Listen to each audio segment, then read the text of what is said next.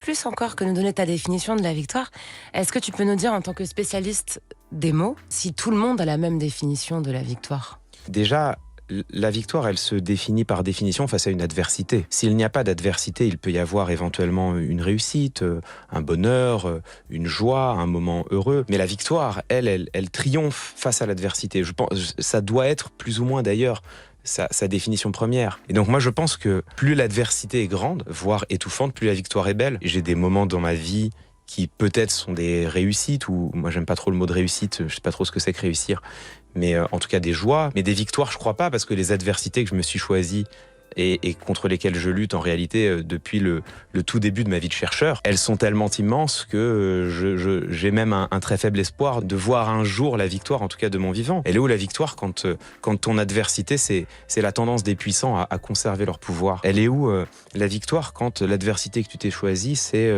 la lutte contre les discriminations qui permettent aux puissants et aux dominants de le rester, et à ceux qui subissent la domination de la subir de génération en génération? Elle est où la victoire quand ton horizon, c'est un climat qui serait protégé, une biodiversité qui pourrait fleurir, et qu'on voit qu'on lutte contre des intérêts industriels, politiques, financiers qui sont si écrasants? Mes adversités, moi, ce sont celles-là. J'observe que pour l'instant, du haut de mes 40 ans de vie et 20 ans de travail, j'observe que je suis à l'heure actuelle un éternel vaincu, mais qui sait, si la victoire arrive un jour, elle n'en aura qu'une plus belle saveur. Aujourd'hui, voilà, quand on pense à des personnes victorieuses, on va nous parler de feu Steve Jobs, d'Elon Musk, de tous ces individus qui, à la force de leur volonté, de leur travail, de leur mérite, ont conquis une victoire sur le monde en élaborant un empire. Et puis derrière, on va avoir des comptes Instagram, YouTube à n'en plus finir, qui vont